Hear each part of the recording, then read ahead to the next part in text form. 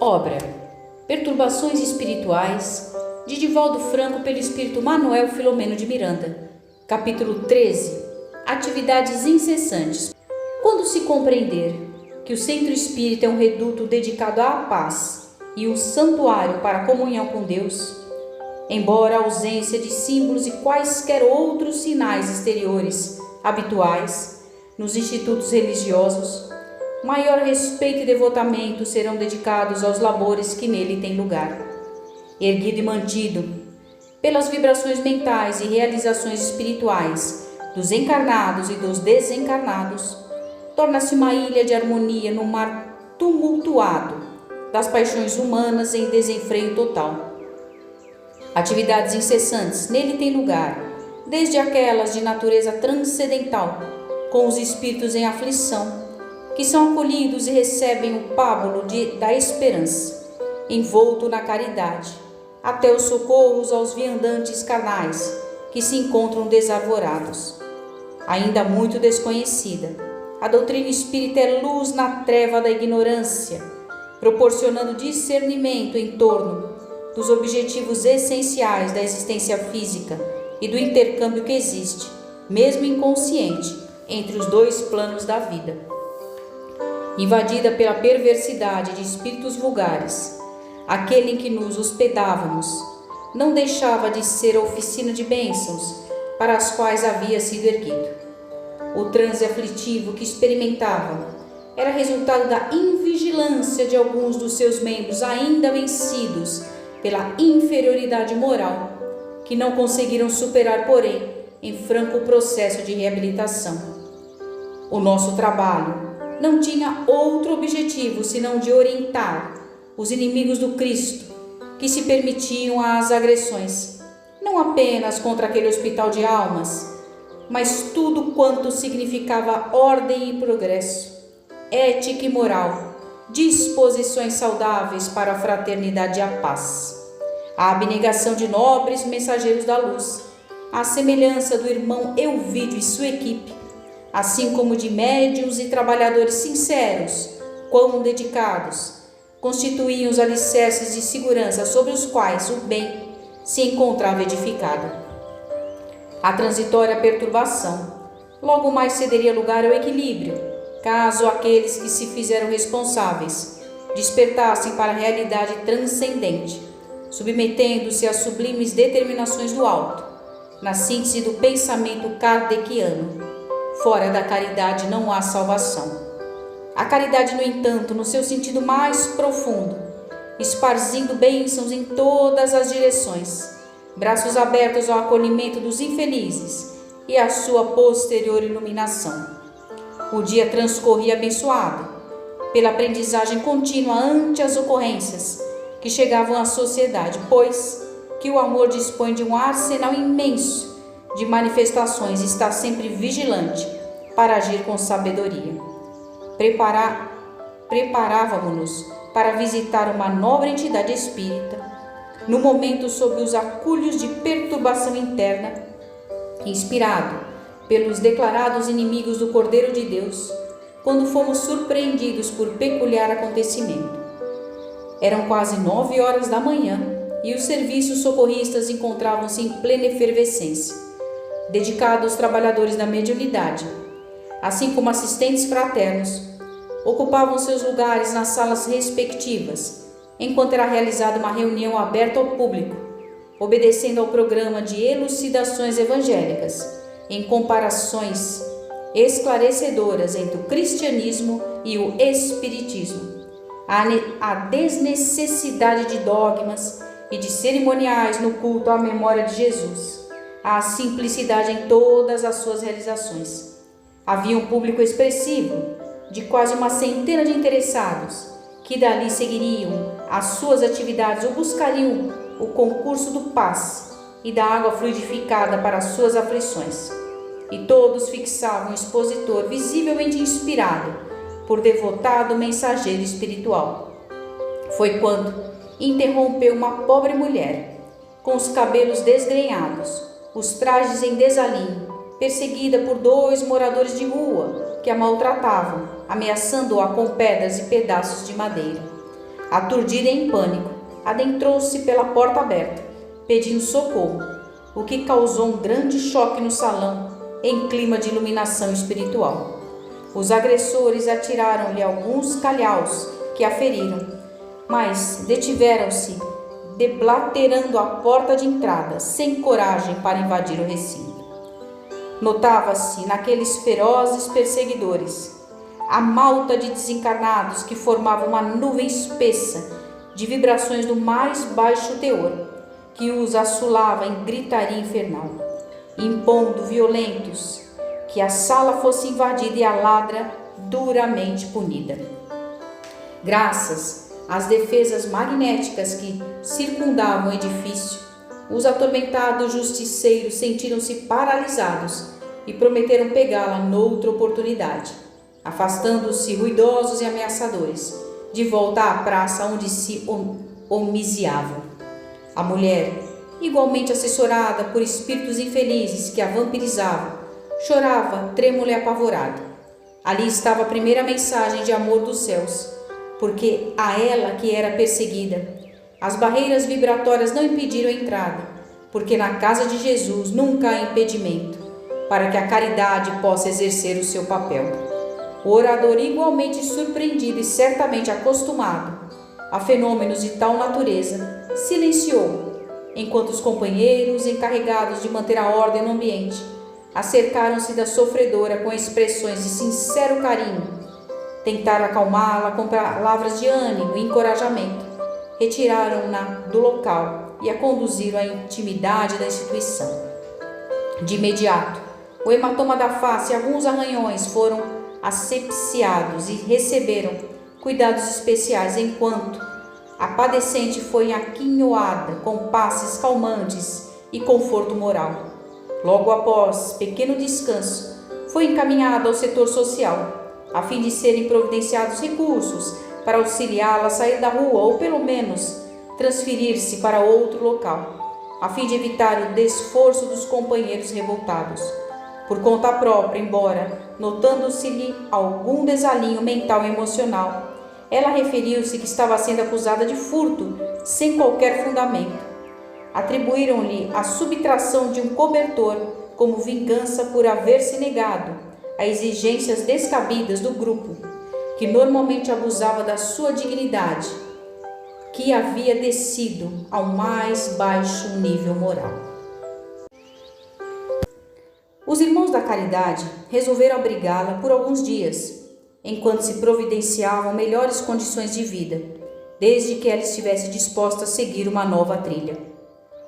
Quando Jesus elegeu os irmãos sofredores, aqueles que eram detestados pelos poderosos, e conviveu com eles nas tascas, nas ruas, ao abandono, deixou-nos o sublime legado de que a paixão e a misericórdia devem viver em nossos corações, abraçadas para o ministério da iluminação.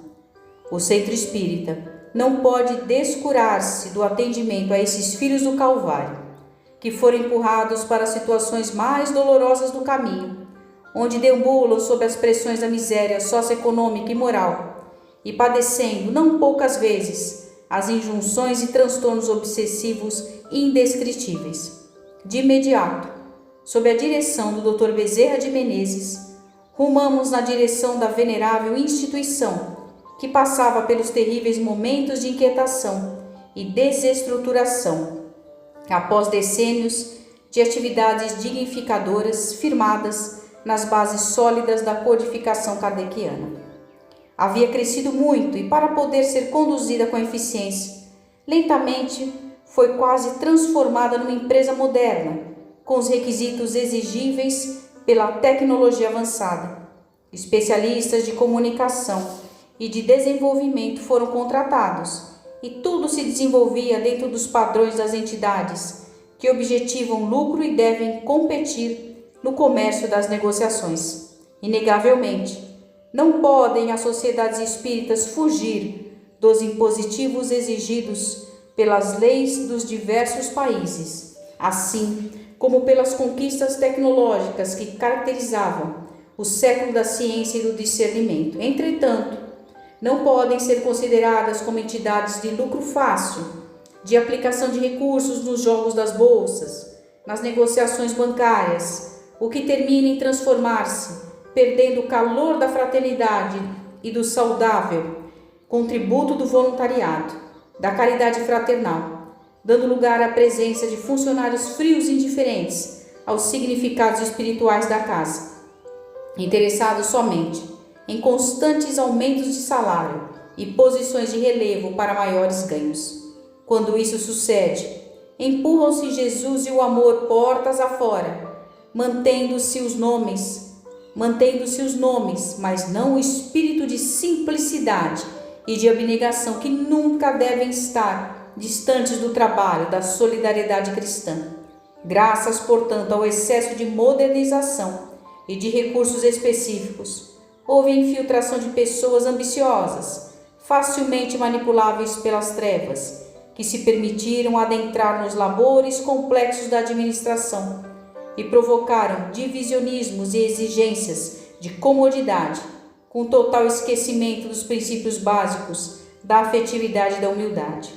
A situação agravara-se de tal forma que estavam ameaçadas as estruturas espirituais do formoso trabalho, agora entre ofensores uns dos outros, interessados em destruí-los, desmoralizá-los sob o falso pretexto de zelo doutrinário. Em vez do diálogo honesto e franco, sem melindres nem ofensas, recorria-se à maledicência e à calúnia, sob o infeliz domínio dos egos inflados de salvadores do bem. Ali se havia instalado uma célula espiritual, onde se encontravam também os inimigos do Cristo, que pertenciam ao mesmo grupamento infeliz do mulá que havíamos atendido. No momento, quando chegamos, os servidores da fraternidade, estava sendo preparada uma reunião do Conselho Administrativo para análise de contas e orçamento previsto para o futuro. A divisão entre os servidores era visível, cada grupo fazendo questão de não ocultar a rebelião interna e o interesse de anulação do outro. O fundador da casa, nosso irmão Hermínio, não escondia as preocupações e, demonstrando apreensão em torno dos próximos acontecimentos, acolheu-nos com alegria, mantendo a esperança de resultados favoráveis ao bem, à união. Alguns dos presentes não conseguiram desembaraçar-se dos fluidos mordosos dos inimigos desencarnados, que ultimamente inspiravam as discussões que sempre resultavam em maior soma de descontentamento.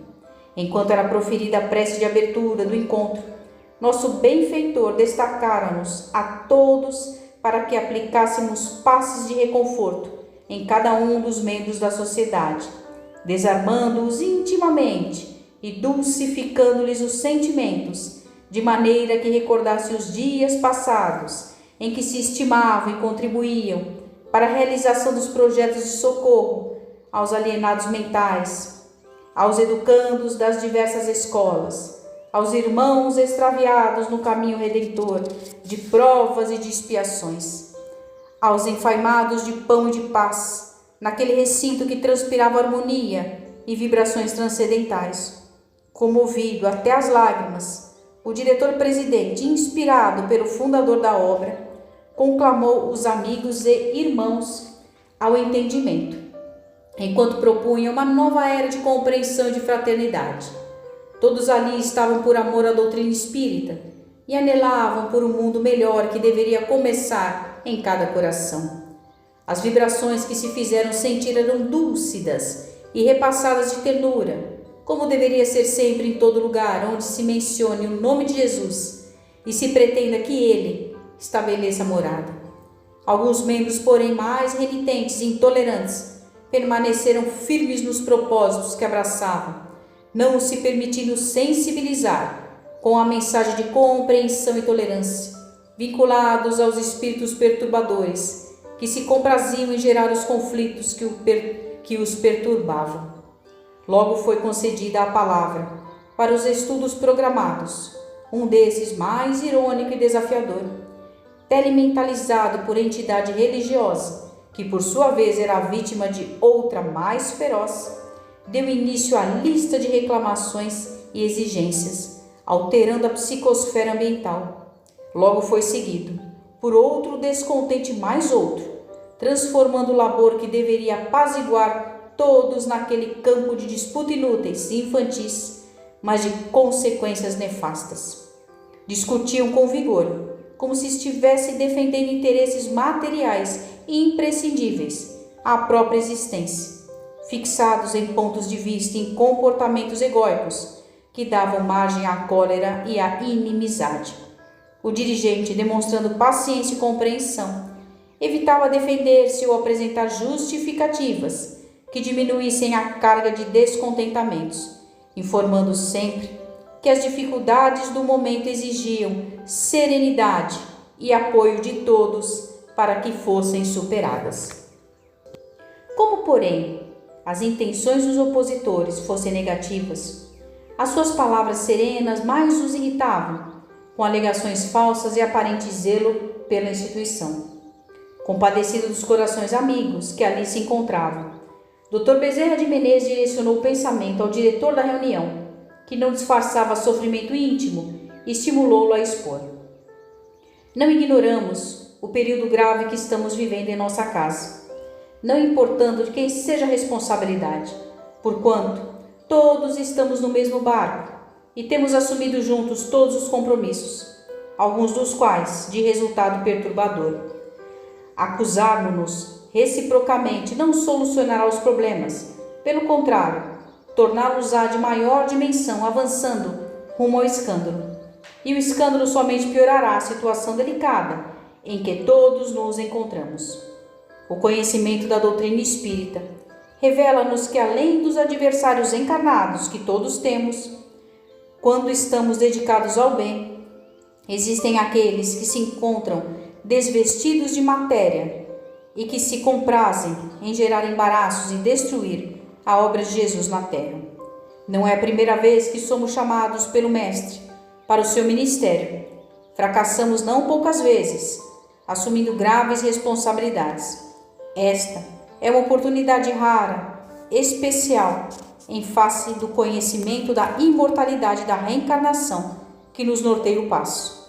Necessitamos de unir-nos no esforço da fraternidade, a fim de, caminhando juntos, contribuirmos com os guias da humanidade em benefício da sociedade feliz da nova era.